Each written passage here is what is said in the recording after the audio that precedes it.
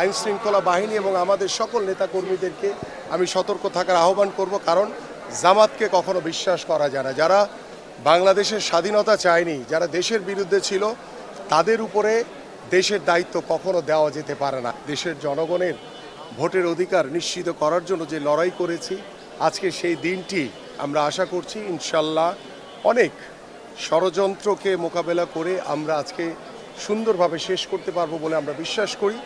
আপনারা জানেন সকলেই যে গতকাল রাত থেকে জামাতের বিভিন্ন কেন্দ্রে বিভিন্ন প্রার্থীদের যারা প্রতিনিধি তারা টাকা নিয়ে অনেকেই ধরা পড়েছে এবং অনেকেই জামাতের কেন্দ্র দখল করতে গিয়ে অ্যারেস্ট হয়েছে। আমার এই নির্বাচনী এলাকায় শহীদ স্মৃতিতে দুজন জামাতের শিবিরের কর্মী সহ তাদেরকে 2 বছরের সাজা দেওয়া হয়েছে এবং অস্ত্রসহ আমাদের টপ ব্লকে একজনকে অ্যারেস্ট করা হয়েছে। এভাবে জামাত বিক্ষুব্ধভাবে তারা একটি ষড়যন্ত্রের মাধ্যমে বিভিন্ন প্রোপাগান্ডার মাধ্যমে একটি অস্থিতিশীল পরিবেশ তৈরি করার চেষ্টা করেছে। আলহামদুলিল্লাহ আইন শৃঙ্খলা বাহিনী অত্যন্ত দৃঢ় হাতে এবং আমাদের নেতাকর্মীদের স্বতঃস্ফূর্ত সতর্কতার মাধ্যমে আমরা জামাতের কোনো ষড়যন্ত্রকে আমরা প্রতিষ্ঠিত হতে দেইনি।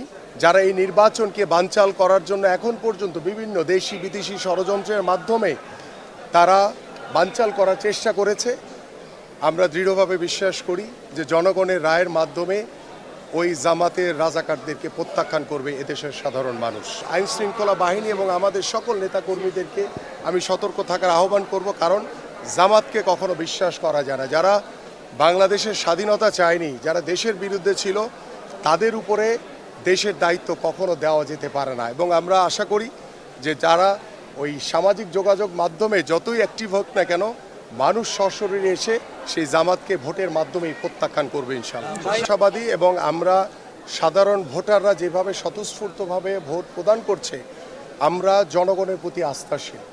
জনগণের রায়কে আমরা বিশ্বাস করে আস্থা রেখেই আমাদের সকল কর্মপরিকল্পনা এবং আমাদের সকল কর্মপরিকল্পনার বাস্তবায়ন এবং জনগণের প্রতি আস্থা রেখেই আমাদের ভবিষ্যৎ পরিকল্পনা আমরা সাজাবো ইনশাআল্লাহ।